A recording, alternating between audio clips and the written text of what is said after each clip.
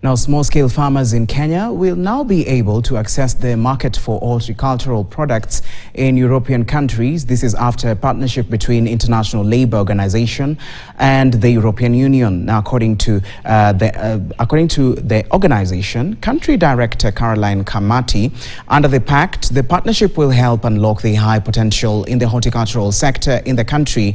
The move comes a couple of weeks after Kenya signed an economic partnership agreement with the EU to allow farmers access the lucrative market. There has been a lot of discussion around access to finance also. So it's also something that we are learning. We had an opportunity to also engage the EU on Monday to see what kind of technical assistance and support the EU is giving to Kenya to access the EU market. As you know, Kenya has signed an economic partnership agreement with the EU. For us, we are looking more at how we can support small and medium-sized enterprises, cooperatives, companies owned by women and youth to access the EU market.